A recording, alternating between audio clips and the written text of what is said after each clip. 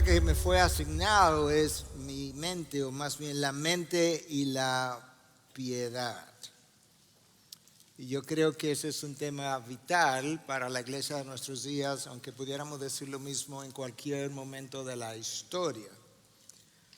Una de las cosas que llama la atención, yo creo, es que una iglesia quiera hacer una conferencia con este título, Ejercitando la Piedad. Y yo creo que eso habla de el respeto que esa iglesia tiene por lo que es esa vida a la cual nosotros fuimos llamados. Yo creo que quizás el título sorprendió a algunos o a muchos, porque raramente nosotros escuchamos hoy en día hablar de piedad o de que alguien es una persona piadosa. Yo creo que es más común escuchar que una persona, un hombre es un hombre de integridad, o una mujer es una mujer de fe, o es una mujer madura. Y aunque todos esos términos son apropiados, yo no creo que transmiten la misma idea necesariamente que la palabra piedad transmite.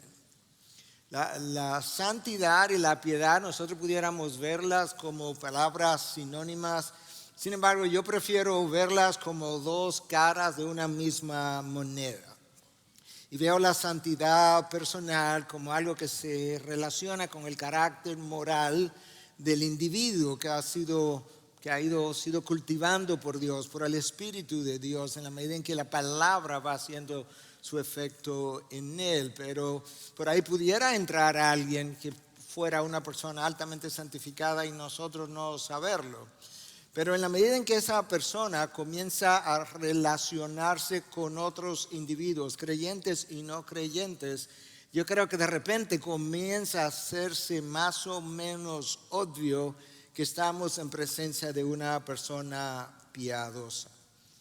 De hecho, es interesante que Lucas, el autor del libro de los Hechos, describe a Cornelio como un hombre piadoso. Pero inmediatamente después de hablar de que Cornelio era un hombre piadoso, entonces dice qué hacía. Temeroso de Dios con toda su casa, que daba muchas limosnas al pueblo judío y oraba a Dios continuamente. En otras palabras, su forma de vivir le ganó el calificativo de piadoso aún para la pluma de Lucas, el autor de este libro. Uno de los diccionarios consultados define la piedad como respeto por Dios, escucha ahora, que afecta la manera de vivir de una persona. No es simplemente respeto por Dios o reverencia a Dios, sino es un respeto, es una reverencia de tal manera, de tal magnitud que afecta la manera de vivir de esa persona. Eusebio, conocido como el padre de la iglesia o de la historia de la iglesia, definió la piedad como el levantar la vista hacia Dios y luego vivir una vida en concordancia con Él. Yo creo que esa es una buena forma de visualizar el significado de otras palabras. Lo que Eusebio estaba tratando de comunicar es que para vivir una vida de piedad yo necesito conocer a ese Dios. Por eso tengo que levantar la vista a ese Dios, tengo que llegar a conocerlo. Y luego que lo conozco, si verdaderamente lo conozco, entonces necesito llevar una vida congruente con el Dios que ya yo he conocido. Yo creo que eso era lo que estaba en la mente de Eusebio. Lo que implica que sin conocer bien a Dios, yo no puedo llevar una vida de piedad.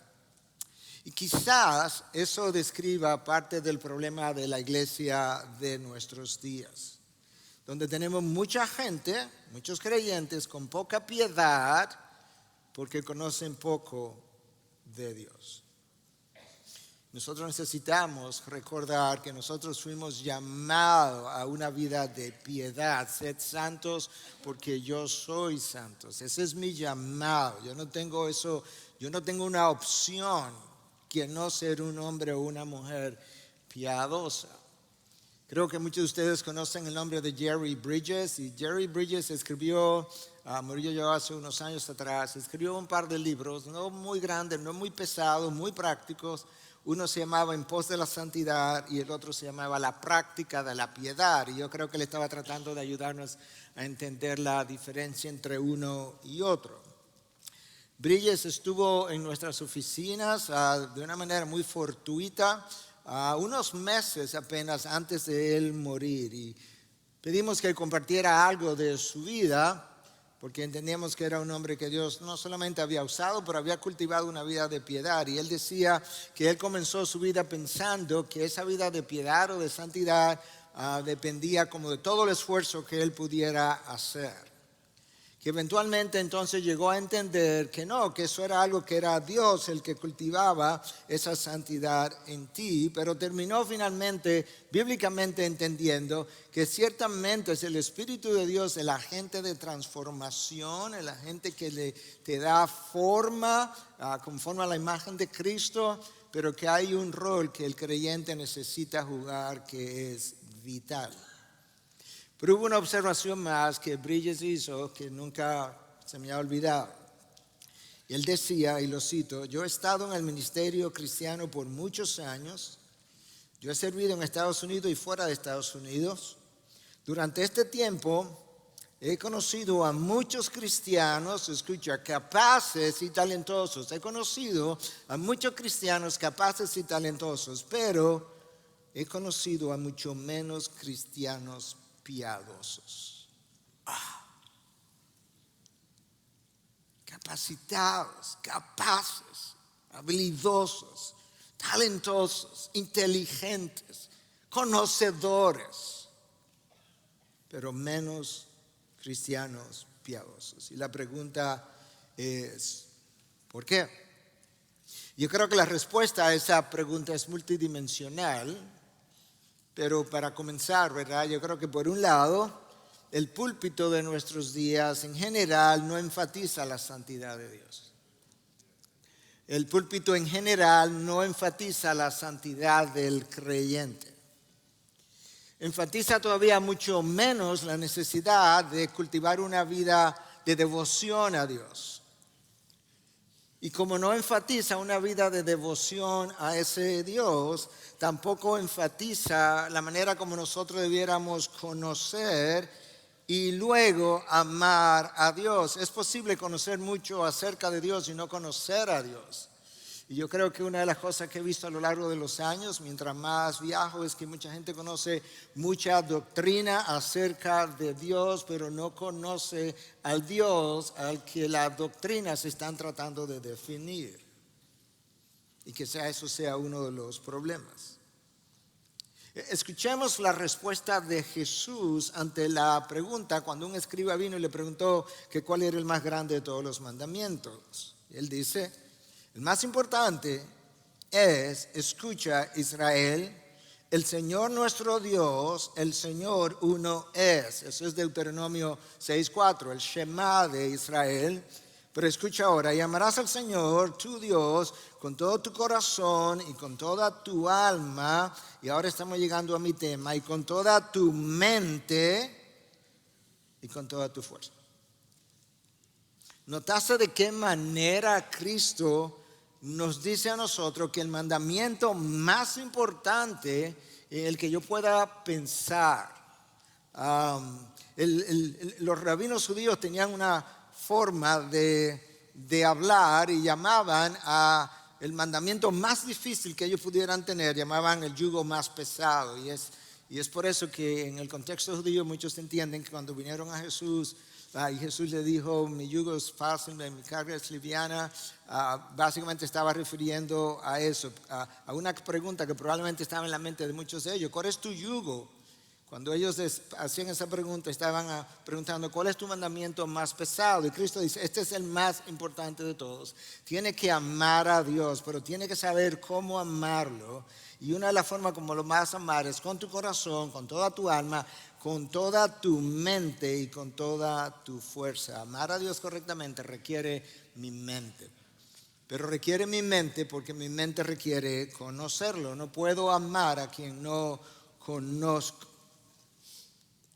Y la forma de hacer eso obviamente es necesito conocer su palabra, pero necesito entrar a su palabra, no simplemente para conocer las doctrinas de la palabra, necesito entrar a su palabra para conocer al Dios que esas doctrinas definen y cómo Él se ha revelado. Mientras yo más conozco a Dios, más le amo y mejor adoración le rindo. Déjame decir eso otra vez. Mientras más conozco a Dios, más le amo y mejor adoración le rindo. Decía John Murray, del fundador del Westminster Theological Seminary, lo que adoramos o a quien adoramos determina nuestra conducta. De manera que si Bridges tenía razón de que hay menos, él había conocido cristianos, mucho menos cristianos piadosos, el problema es que quizá no estaban adorando al Dios que está revelado en la Biblia. La dignidad del Dios que yo adoro, la dignidad del Dios a quien yo sigo, la dignidad del Dios a quien yo amo, determina cómo yo vivo. Yo tengo entonces que llenar mi mente de ese Dios para luego llenar mi vida del reflejo de ese Dios. Y yo creo que un Dios pequeño en la mente de los hijos de Dios es la explicación de una vida pobre de piedad. Un Dios pequeño en la mente de muchos de los hijos de Dios es la explicación de una vida pobre de piedad. Bien lo dijo Murray, el Dios que adoramos determina nuestra conducta. Y con esa introducción, mi mensaje comienza ahora. Porque está basado en Romanos 12, al cual yo no he llegado, pero ya llegamos. 2 versículos, versículo 1, versículo 2. Esta es la palabra de Dios. Por tanto, ya ahí nos dijeron algo en ese por tanto. Hermanos, les ruego por las misericordias de Dios que presenten sus cuerpos como sacrificio vivo y santo, aceptable a Dios, que es el culto racional de ustedes. Y no se adapten a este mundo, sino transfórmense mediante la renovación de su mente para que verifiquen cuál es la voluntad de Dios, lo que es bueno y aceptable y perfecto. Porque en virtud de la gracia que me ha sido dada, digo a cada uno de ustedes que no piensen de sí mismo más de lo que deben pensar, sino que piensen con buen juicio según la medida de fe que Dios ha distribuido a cada uno de nosotros. En el texto que yo acabo de leer hay básicamente 2 ideas principales que Pablo trae como conclusión de todo lo que le ha dicho en los 11 capítulos anteriores. Pablo entiende que una persona nacida de nuevo debe considerarse como un sacerdote del Dios Altísimo. Somos nación santa, real sacerdocio, y que como sacerdote entonces él necesita hacer 2 cosas. Él necesita presentar su cuerpo como sacrificio, como todo buen sacerdote, vivo y santo, aceptable a Dios, y al mismo tiempo él requiere experimentar una transformación por medio de la renovación de su mente. Sin esas 2 condiciones es imposible llevar una vida de piedad.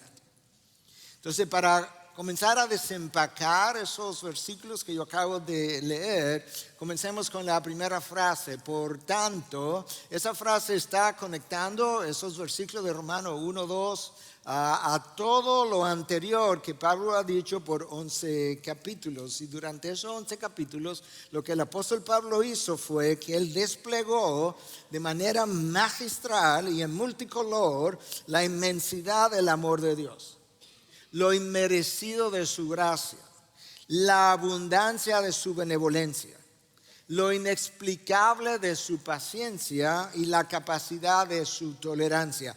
11 capítulos hablándonos de lo que Dios ha hecho, los indicativos, como decimos a veces en teología.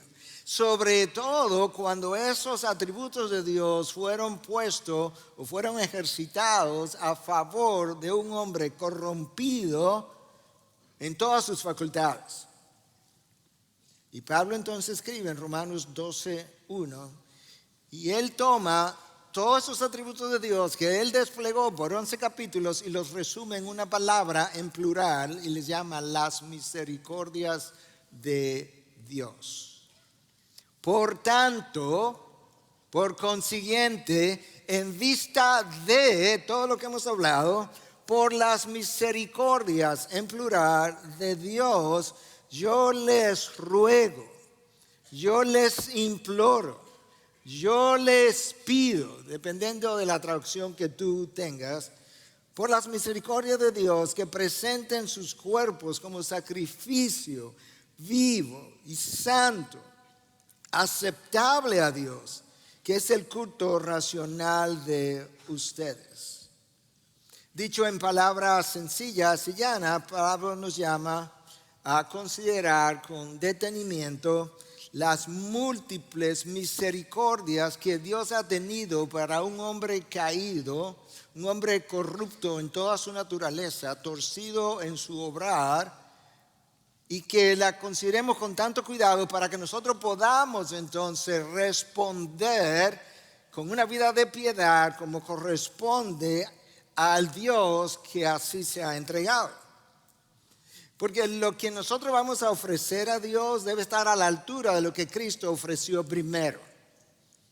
Lo que yo le voy a ofrecer a Dios no puede estar por debajo de lo que ya Cristo ofreció. Y Cristo voluntariamente fue a la cruz, ofreció su cuerpo, ofreció su vida por completo como sacrificio penal, pagó por mi pecado, sustitutivo, tomó mi lugar y en esa cruz entonces murió para darnos vida a nosotros. Yo debiera mirar la cruz detenidamente por un largo tiempo, contemplar qué fue lo que se entregó allí para sacarme de la muerte y darme vida, y entonces ahora ofrecer en retorno algo que sea digno de lo que ya se ofreció en el primer lugar. Y Pablo dice, esto es un sacrificio vivo y santo, aceptable a Dios, y eso es tu culto racional. Pablo está haciendo referencia a que yo necesito consagrar mi cuerpo físico también a Dios. Pablo estaba consciente de que su espíritu había sido regenerado cuando él nació de nuevo. Pero al mismo tiempo, él estaba, iba a decir aware, pero eso es en inglés, consciente también de las debilidades y los deseos del cuerpo físico que permanecen con nosotros. Si esas pasiones que permanecen con nosotros no son disciplinadas y sometidas al señorío de Cristo, terminarán arrastrándonos y nos van a llevar por el camino de la perdición, como le pasó temporalmente a Salomón.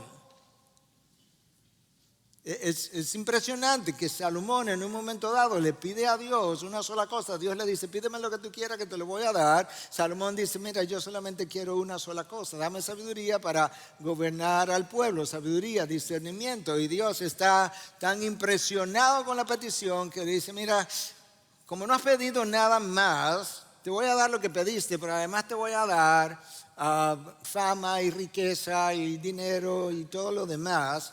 Y el hombre más sabio que jamás haya existido perdió su norte en un momento dado y no llevó una vida piadosa por un largo tiempo. Pablo estaba consciente de la fuerza de succión que ejercen los deseos de la carne, y yo creo que tú y yo también estamos conscientes.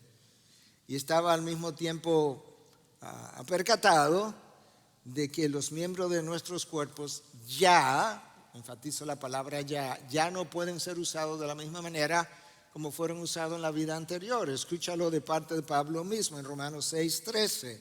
Ni presenten los miembros de su cuerpo al pecado como instrumentos de iniquidad. No, ya no. Sino preséntense ustedes mismos a Dios como vivos. Esto es muy similar a Romanos 12. De entre los muertos, y sus miembros a Dios como instrumento de justicia. Ya no como antes, como instrumento de iniquidad, los miembros de sus cuerpos necesitan ser presentados a Dios como instrumento de justicia. Pablo insiste en la necesidad de dedicar la parte física de nuestra constitución humana si queremos vivir una vida de piedad. Escúchalo una vez más, porque si hay alguien que nos ayuda a entender el conflicto, ¿verdad?, entre el alma regenerada y las pasiones que continúan en la carne, es el apóstol Pablo, y lo explica con lujo de detalle en el libro de Romanos, capítulo 7, versículos 22 y 23. Porque en el hombre interior me deleito con la ley de Dios. Hay algo dentro de mí, hay una parte de mí que cuando lee la ley de Dios es simplemente un deleite. Pero, y el pero establece el contraste, veo otra ley en los miembros de mi cuerpo que hace guerra contra la ley de mi mente. Wow. La ley de mi mente en la que yo me deleito tiene una oposición con esta otra ley en los miembros de mi cuerpo y me hace prisionero de la ley del pecado que está en mis miembros. Pablo expresa esa frustración reconociendo que los deseos y las pasiones de sus miembros se oponen al deleite que él siente cuando él puede enfocarse y concentrarse y dedicarse y consagrarse a la lectura de la ley de Dios. Hermanos, hay un verdadero conflicto. Yo no sé si lo reconoces, pero lo has vivido, lo tiene que haber sentido, que el apóstol Pablo claramente declara en Gálatas 5:17, el deseo de la carne es contra el espíritu con E mayúscula y el del espíritu es contra la carne, pues estos se oponen el uno al otro. Estamos en combate continuamente. Ahora, el versículo de Gálatas 5:17 no termina ahí, porque hay una conclusión de ese versículo que la mayoría de las personas olvidan cuando citan el texto, porque Pablo me dice lo que yo acabo de leer, pero para que yo entienda con lo que él va a terminar. Los deseos de la carne se oponen a los deseos del espíritu, de manera que, esta es la conclusión, ustedes no pueden hacer lo que deseen. Oh. El conflicto es tal que a veces quiero hacer cosas y no la hago. Por eso el mismo Pablo dice, yo no me entiendo a mí mismo, porque muchas veces quiero hacer y eso que quiero hacer no lo hago, y lo que no quiero hacer eso termino haciendo. El conflicto es serio. Así de intenso es el conflicto. El problema es, hermanos, que la carne no puede ser cambiada. No sé si te has percatado de eso. No puede ser cambiada. Hay que crucificarla. La carne no puede ser regenerada. Llegará el tiempo de glorificarla, pero no puede ser regenerada. El corazón es engañoso más que cualquier otro. ¿Quién puede con él? La carne no puede ser entrenada para complacer a Dios. No sé si te has percatado de eso. Porque la carne obedece a impulsos, a hormonas, a sentidos, a receptores bioquímicos. No puede ser mejorada moralmente. Y esa es la razón por la que Pedro nos dice en su primera carta en 2:11 que se abstengan de las pasiones. Le está escribiendo a cristianos carnales que combaten contra el alma. La palabra que nosotros tenemos en nuestra traducción como combatir ahí, que combaten contra el alma, es una palabra que tiene que ver con un combate bélico. Pedro quiere que yo entienda que esto es serio, esto es intenso, que estas pasiones combaten contra el alma, que quiere deleitarse en Dios. Entonces, ¿qué hacemos si la carne es de esa forma? Lo único que puede hacer con la carne es disciplinarla. Escucha lo que escribió Pablo en 1 Corintios 9:27. Sino que golpeo mi cuerpo. Tú no te imaginas a Pablo dándose latigazos, ¿verdad? No, golpeo mi cuerpo y lo hago mi esclavo, lo someto a esa carne, no sea que habiendo predicado a otros, yo mismo sea descalificado. Pablo está consciente que es posible predicarle a otros, ser evangelista, plantar iglesia, y que en un momento dado, por falta de disciplina de lo que son las pasiones del cuerpo, las debilidades del cuerpo, él mismo termine siendo descalificado. Hermanos, tu corazón siempre le va a decir a tu mente lo que quiere hacer, como el deseo. Pero si tu mente ha sido instruido en la palabra, entonces tu mente tiene que decirle al corazón lo que tiene que hacer. Y luego la voluntad debe ser movida por lo que tu mente sabe acerca de la palabra de Dios. Tanto Dios como Satanás quieren tu mente. Dios dice, tú debes amarme con todo tu corazón, toda tu mente, toda tu fuerza, toda tu alma. Yo quiero tu mente. Satanás ha dicho de diferentes formas, por así decirlo, yo quiero tu mente también. Si Satanás logra capturar la atención de tu mente, tú eres hombre muerto. Satanás va al jardín y Satanás comienza a hablar con Eva. Satanás puso un pie en la mente de Eva, dejó poner un pie en su mente, perdió. ¿Con qué Dios ha dicho? Tú recuerdas que Cristo no entra en conversación con Satanás, no va a poner un pie en la mente de Cristo en el desierto, pero lo logró con Eva. Y tú sabes qué pasó. Eva vio miembros del cuerpo, vio la fruta y pecó. Imagínate que Eva hubiese sido ciega. La fruta fue, el texto dice que la fruta fue apetecible, a ella le lució como apetecible. Tú sabes cuál fue el pecado de Acán. No se suponía que ellos debían tomar nada del enemigo, pero Acán vio un lingote de oro y un manto babilónico y pecó. David sale, cuando debió haber estado en guerra, sale a su azotea, no sé si le llaman así, ustedes también. Y ve a una mujer hermosa de nombre de Betsabé, vio y la mandó a buscar. Y Amnón vio a su hermana, a su media hermana Tamar, y la violó. Los ojos de cada uno de ellos fueron usados como instrumento de iniquidad. De inicio, porque luego usaron las manos y otras cosas, ¿verdad? Que no vamos a hablar aquí. Pero los ojos, la tentación entró por uno de los miembros del cuerpo. ¿Sabes lo que Job, estando consciente de esa realidad, sabe lo que dijo? No, yo hice un pacto con mis ojos para no pecar contra una virgen. Crisóstomos, siglo IV, siglo V, padre de la iglesia, más de 1500 años atrás, escucha lo que escribió. Evita que tu ojo mire a algo pecaminoso, porque tu ojo ha sido convertido en un sacrificio, haciendo alusión a Romanos 12, presentar vuestros cuerpos como sacrificio vivo.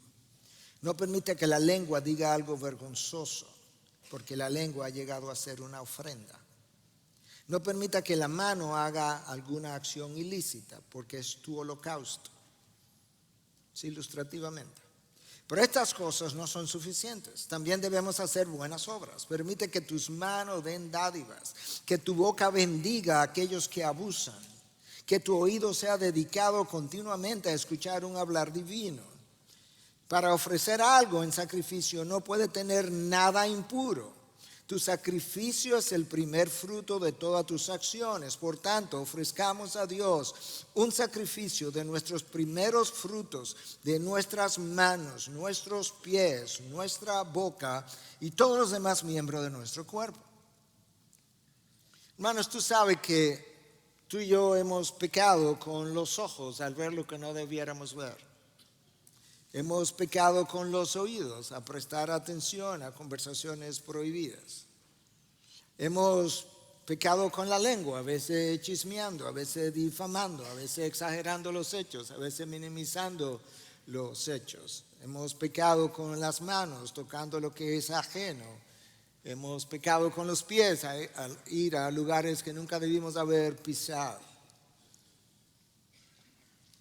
Pastor John MacArthur, comentando sobre este texto, dice lo siguiente: nuestros cuerpos son más que caparazones físicos que albergan nuestras almas. Es allí también donde habita nuestra vieja humanidad no redimida. De hecho, nuestra humanidad es parte de nuestro cuerpo, no así nuestras almas. Nuestros cuerpos incorporan nuestra humanidad incorpora nuestra carne y nuestra carne incorpora nuestro pecado, tal y como le explica tan claramente Romanos 6 y 7. Nuestro cuerpo no solamente abarca nuestro ser físico, sino también, escucha eso, déjame repetirlo de nuevo, nuestro cuerpo no solamente abarca nuestro ser físico, sino también los anhelos perversos de nuestra mente, emociones y voluntad. Wow. Ahora, ¿no te sorprende que el apóstol Pablo diga: por tanto, en virtud de las misericordias de Dios, presentar nuestros cuerpos, vuestros cuerpos, como sacrificio vivo y santo, aceptable a Dios, que nuestro culto racional? Consagra los miembros de tu cuerpo. Consagra el uso de los miembros de tu cuerpo. Consagra tus pensamientos, tus emociones. ¿Y qué hacemos, pastor, cuando llegan esos pensamientos que yo no quisiera que llegaran a mi mente? El apóstol Pablo nos instruye, le escribió a los Corintios, una iglesia altamente carnal, inmadura, como ustedes conocen. En su segunda carta, 10:5, nos manda a destruir toda especulación y todo razonamiento altivo que se levanta contra el conocimiento de Dios. ¿Y qué hago con eso? Bueno, y lo pongo, y poniendo todo pensamiento en cautiverio a la obediencia de Cristo. Yo tomo esos pensamientos y los someto al señorío de Cristo. Yo los recibí, yo no los pedí, yo no los invité, pero llegaron. ¿Ahora qué hago? Ahora yo necesito someter mis pensamientos al señorío de Cristo, disciplinar mi mente, disciplinar mi forma de pensar junto con lo que son los miembros de mi cuerpo. Y si te parece verdad todo esto que Pablo nos está diciendo, a lo que nos está llamando algo como pesado de hacer, oye lo que Pablo dice: ese es tu culto racional. Puesto de otra manera, ese es el único culto o adoración lógica que tú puedes ofrecer. Es lo único inteligente. Es lo único congruente, con la cruz. Allí Cristo lo dio todo, de manera que ahora a ti te toca entregarlo todo. Y después que tú lo hayas entregando todo, todavía estás en falta, está en deuda, porque quien se entregó allí fue Dios mismo, y quien se está entregando a Cristo es un mortal que estaba muerto y Cristo tuvo que morir para darle vida.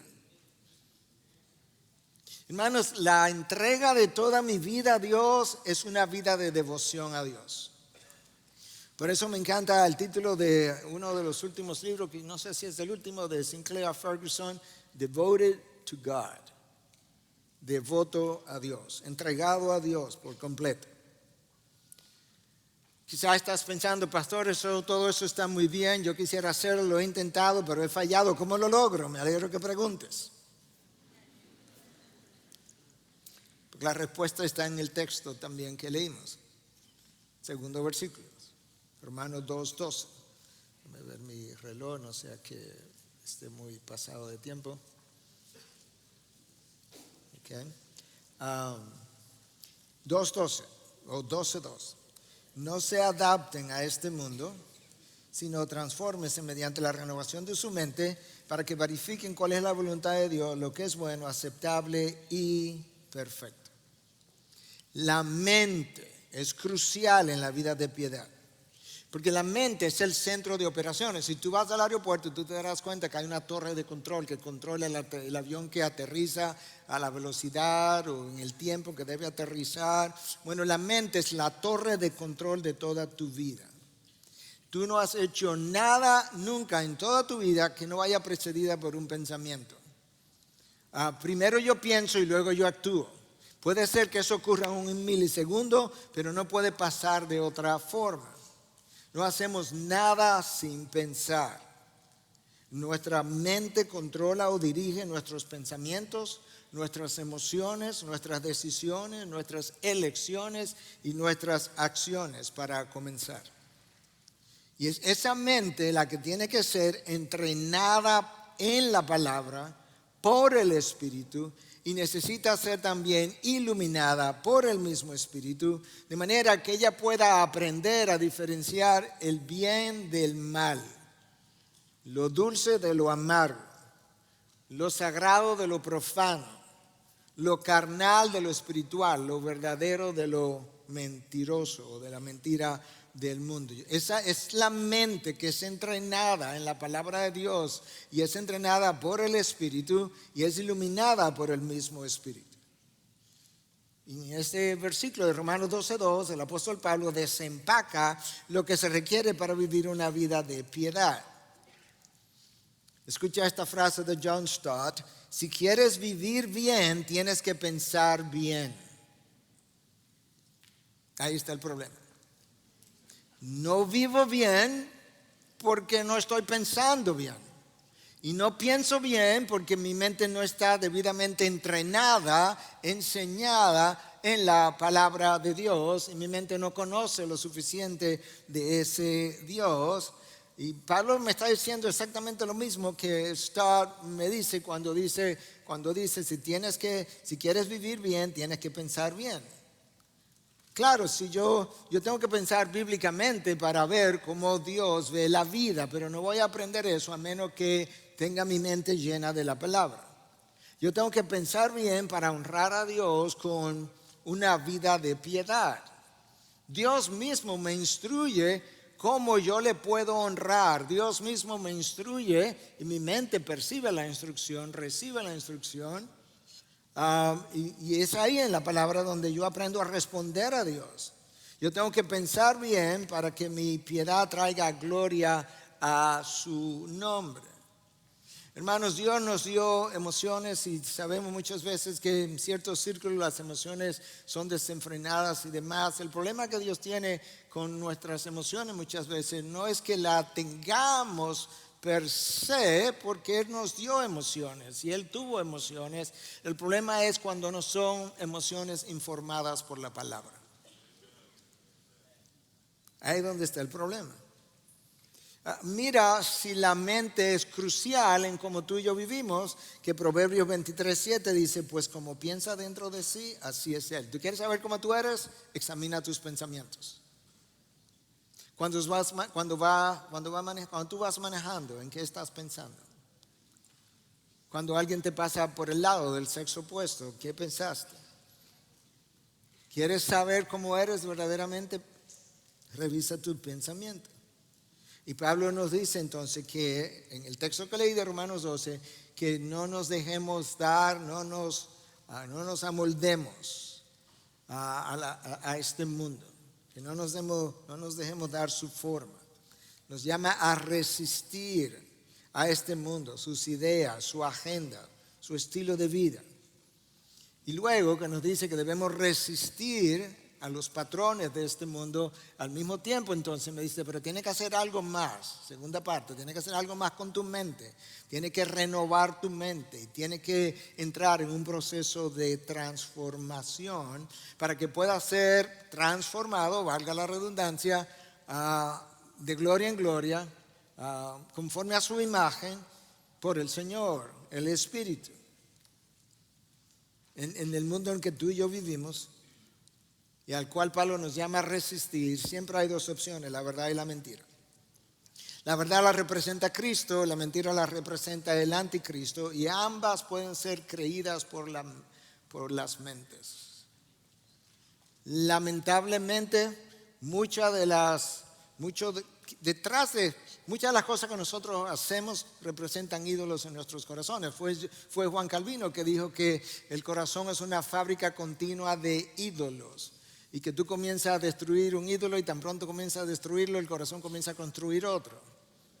Pero ¿sabes qué? Detrás de cada ídolo hay una mentira que tú y yo hemos abrazado. Romanos 1:25, cambiaron la verdad de Dios por la mentira y adoraron a la criatura. Tú primero construyes una mentira y luego tú adoras al ídolo.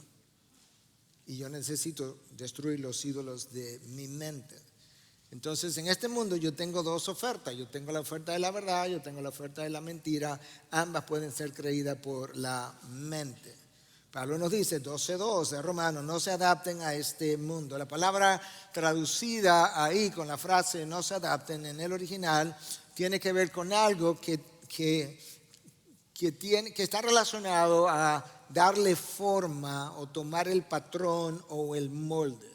Lo que me está diciendo, no tomes el molde de este mundo, pero la palabra mundo ahí, traducida como mundo, es aion, que tiene que ver no con el mundo geográfico o físico, sino con esta era en la que yo vivo. No importa si es el siglo XVIII, el XIX, el XVII o el XXI, no te amolde a esa era en la que tú estás viviendo. Esa es la forma de Pablo decirnos, no permita que la era en que tú vives te dé su forma. No abrace sus ideas, sus corrientes de pensamiento.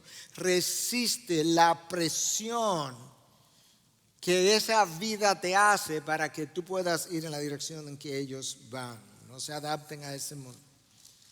En ese momento coyuntural en el que tú y yo vivimos, yo tendría que decir, hermanos, ese es un llamado a no abrazar las mentiras del sistema educativo actual, a no abrazar las filosofías y las leyes de este mundo que se oponen a la sabiduría de Dios, a ir en contra de las corrientes, para que no seas arrastrado de la corriente del mundo, para que no seas arrastrado a través del alcantarillado de aguas cloacales de la ciudad moderna. No permita que el mundo te dé su forma, como tradujo J.B. Phillips en su paráfrasis años atrás a Romanos 12:2. Crisóstomo, de nuevo, decía lo siguiente con relación a este versículo de Romanos 12:2. No te amoldes al estilo de vida presente, el cual nada tiene de permanente ni seguro. Por eso se le llama estilo, puesto que no tiene duración ni permanencia. El mundo siempre querrá presionarte. Si te vas a los tiempos de Pablo, te vas a los tiempos de los griegos, ¿verdad? Tenían un amor predilecto por la sabiduría y ahí estaba Sócrates y Platón y Aristóteles. Aristóteles el pupilo, ¿verdad?, de Platón, y Platón el pupilo de Sócrates, Alejandro Magno el pupilo de Aristóteles. Y eso es lo que ellos querían, la sabiduría. Los judíos, por otra parte, no estaban tanto detrás de la sabiduría, sino que les gustaba ver señales. En los tiempos de Pablo todavía los griegos seguían buscando sabiduría, los judíos querían señales. Pablo se va de Atenas porque se rieron de él, se burlaron de él, y llega ¿a dónde? Llega a Corinto. Y cuando llega a Corinto dice, ¿sabes qué? Los griegos de donde yo vengo quieren sabiduría, y ustedes los judíos ahora quieren señales, pero no le voy a dar ni una cosa ni la otra. Yo le voy a predicar a Cristo y a este crucificado. Ese es mi tema, esa es mi predicación, esa es mi sabiduría. Pablo no se amoldó a las demandas de su audiencia y prefirió predicar a Cristo y a este crucificado. Eso es una buena ilustración de lo que implica no adaptarnos a las corrientes de este mundo. En nuestros días el mundo nos hace presión para que adoptemos la ideología de género. No lo hagas. O el movimiento woke, no lo hagas. O que cedamos a la presión de pasar a ser pro vida, pro choice, en vez de ser pro vida. No lo hagas. Nosotros tenemos la obligación, hermano, de resistir las presiones aferrados a la palabra de Dios. La palabra de Dios es tu ancla, como el ancla de un barco. Es ahí, eso es lo que te sostiene, eso es lo que te mantiene en un lugar. De lo contrario, va a ser arrastrado por estas corrientes contaminadas de este diluvio de inmoralidad en medio del cual tú y yo estamos. Nosotros no tenemos el diluvio de Génesis 6, pero yo creo que es quizás peor que el del Génesis 6, porque es un diluvio de inmoralidad. Y no olvide que detrás de todas estas corrientes hay fuerzas espirituales de maldad, huestes espirituales de maldad en las regiones celestiales. Por algo nos dice Juan al final de sus días, en su primera carta 5:19, que el mundo entero, es un absoluto, el mundo entero yace bajo el poder del maligno. Eso es impresionante. Bajo la soberanía de Dios, Dios, por las razones que solamente Él entiende, todavía ha permitido que el mundo esté en las condiciones en que Juan describe. El mundo entero yace bajo el poder del maligno. Por eso tú ves entonces que estas corrientes anti Dios, contrario a la Biblia, infiltran los sistemas educativos, los sistemas filosóficos, infiltran los sistemas de gobiernos, infiltran las fuentes de información y las fuentes formadoras de opiniones, infiltran las redes sociales y llegan hasta nuestros hogares y luego infiltran nuestra mente. Hermanos, no sé cuánto conoces de medicina, pero hay todo un nuevo campo que se está abriendo, que está en pañales, que se llama la neurobiología, que nos ha enseñado que el cerebro es plástico y las uniones neuronales cambian de forma con las experiencias que tú y yo tenemos, sean buenas o sean malas. De manera que cada impulso que yo recibo de esas redes sociales deja una huella en mí. No hace mucho que el New York Times hizo una publicación de los CEO de las compañías de Silicon Valley en esta área, donde ellos daban testimonio de que enviaban a sus hijos a colegios donde no se usaban computadoras porque ellos entendían el daño que las pantallas tenían sobre la forma de pensar de sus hijos. Pero es esa élite intelectual que nos ha ido empujando y que nos quiere convencer de que ellos son la mente inteligente, ellos son la mente que promueve el progreso, ellos son la mente de la equidad, cuando en realidad esa mente ya existió en el pasado, no hay nada nuevo debajo del sol. ¿Cómo lo sabemos? Revisa la historia, escucha lo que dice el filósofo Séneca, contemporáneo de Pablo. Decía que Roma era una cloaca de iniquidad. De ahí fue que yo traje la palabra que usé anteriormente. Y el poeta Juvenal, también contemporáneo de Pablo, describió a Roma como una cloaca inmunda de donde llegan las escorias del imperio. Si uso esa analogía, hay una diferencia entre lo que estamos viviendo hoy y el hecho de que las ciudades tienen sus cloacas individuales. Pero yo creo que ahora, dada la manera como estamos conectados, nosotros tenemos una cloaca de inmoralidad común para toda la civilización occidental. Es una sola. Y si quieres vivir una vida de piedad, no puedes nadar en las aguas de desechos. Hermanos, cuando la Reforma llegó, una de las varias frases que surgieron fue esta: post tenebras lux, después de las tinieblas luz. Porque el mundo había estado oscuro y ahora la palabra de Dios salió de la jaula, por así decirlo. Pero hoy más bien nosotros tendríamos que acuñar otra frase y decir post luz tenebras, después de la luz tinieblas. Porque estamos regresando al neopaganismo. Cuando la palabra de Dios salió de la jaula, la luz iluminó y el paganismo retrocedió.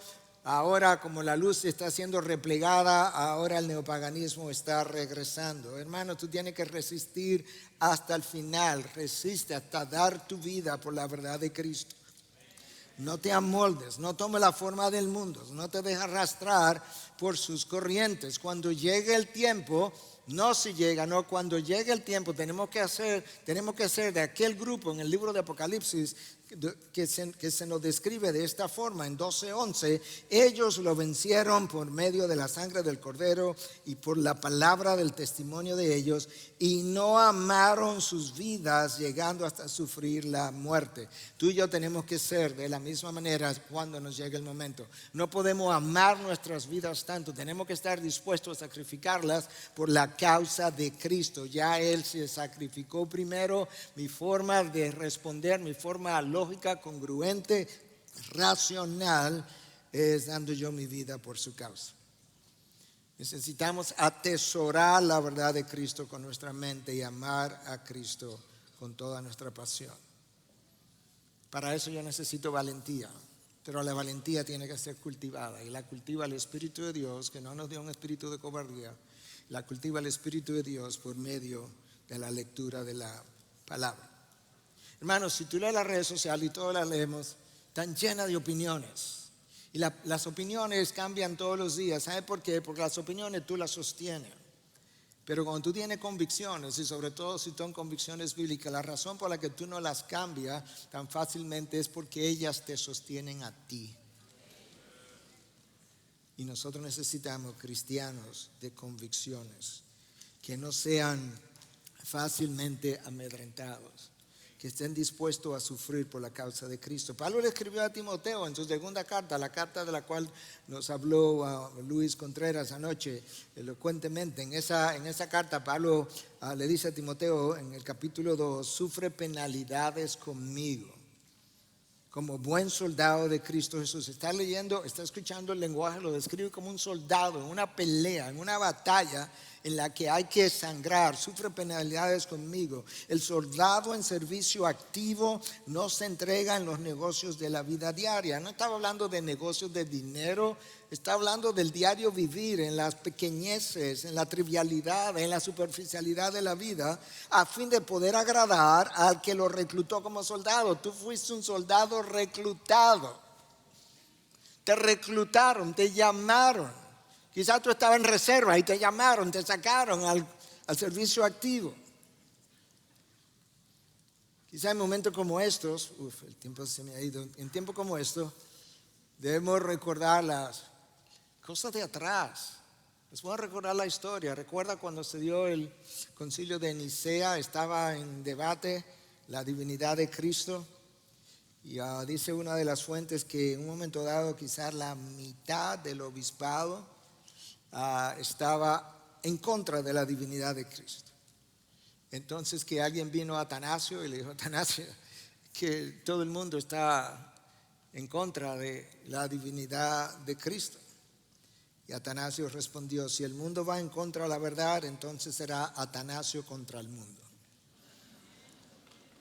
Nosotros necesitamos hombres y mujeres de ese calibre.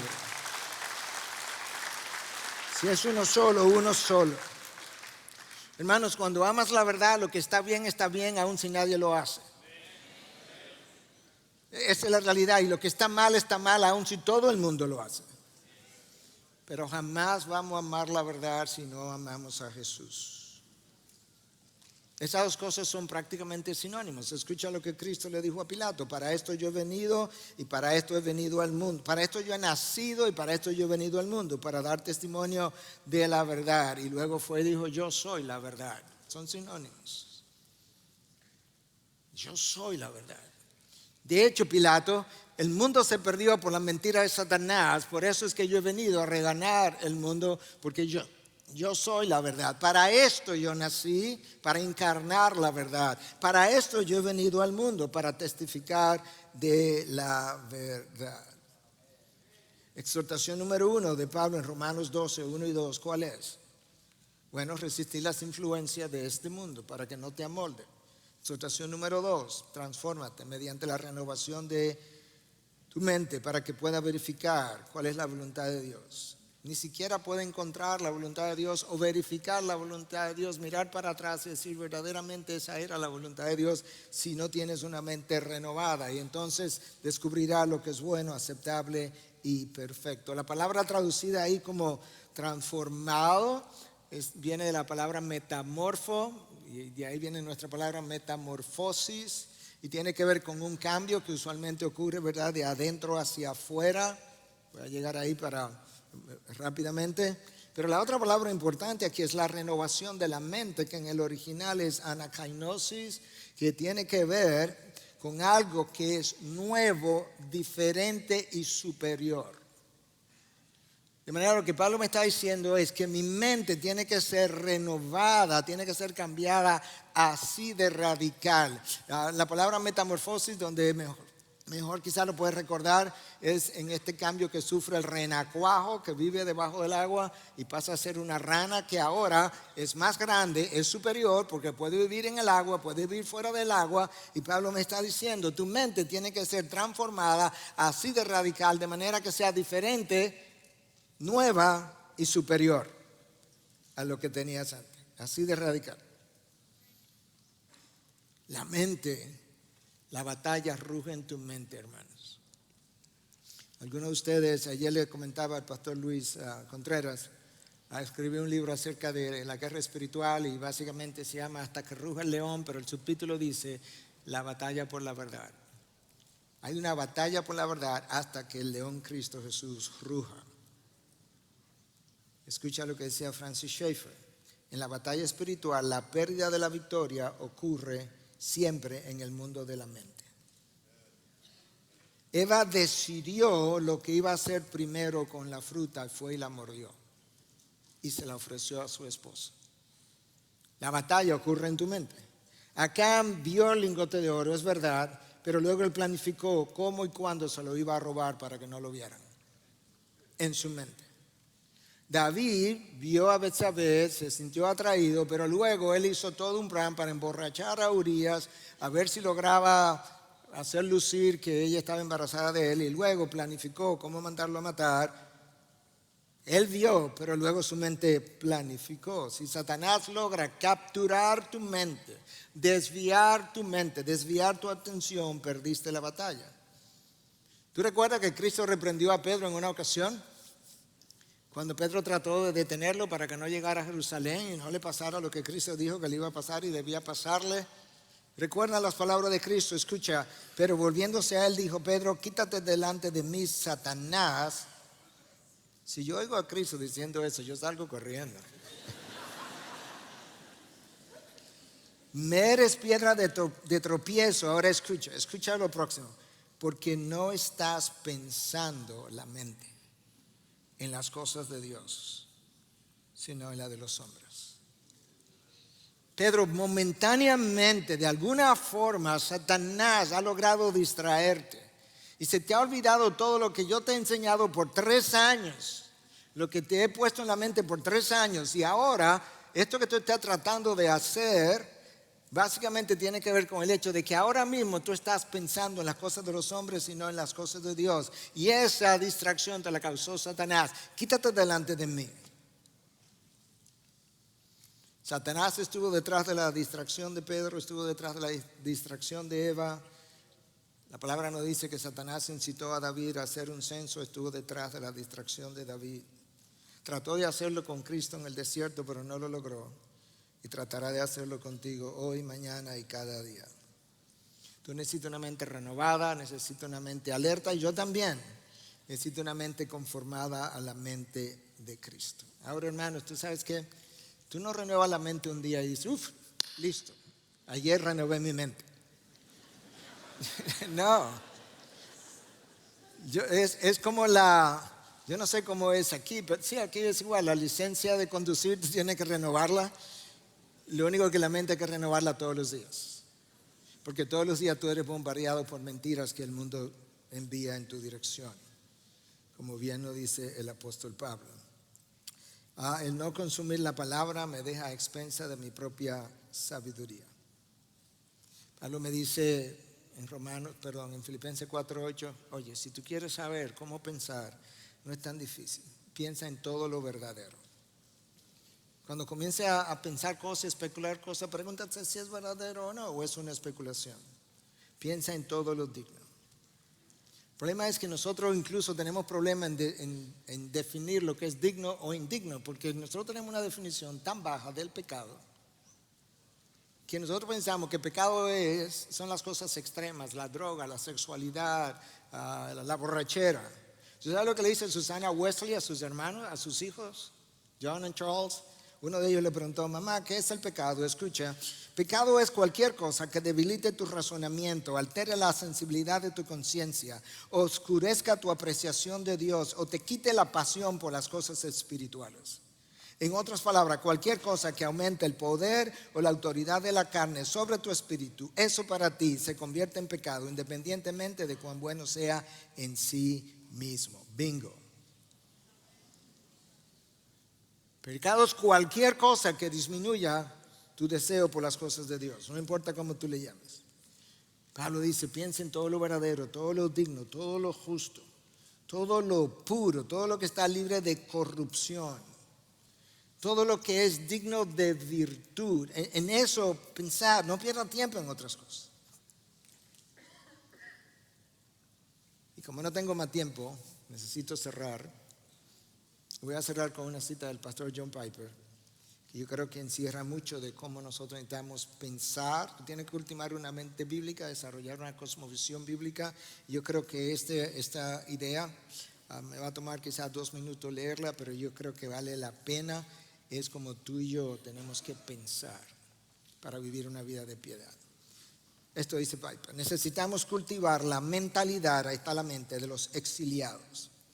Esto nos hace sobrios y nos despierta para que no vayamos a la deriva con el mundo y para que no demos por sentado que la manera en que el mundo piensa y actúa es la mejor. No asumimos que lo que aparece en la televisión beneficia el alma. No asumimos que las prioridades de los anunciantes ayudan el alma. No asumimos que las estrategias y valores de los negocios y la industria ayudan el alma. No asumimos que nada de esto pudiera glorificar a Dios. Nos detenemos, pensamos y consultamos a la sabiduría de nuestra propia nación, que es el cielo. Y no asumimos que la sabiduría convencional de estos tiempos viene de Dios. Nosotros orientamos nuestro rumbo por la palabra de Dios. Cuando uno se visualiza como un extranjero y exiliado con su ciudadanía en los cielos, y cuando uno ve a Dios como su único soberano, uno no se va a la deriva junto con las corrientes de nuestros días.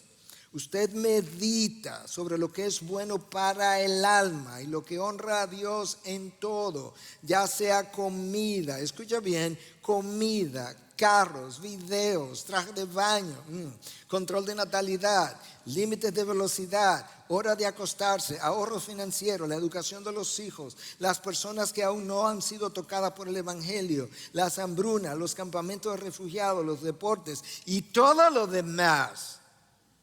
Los extranjeros toman su dirección de Dios y no del mundo. Padre, gracias.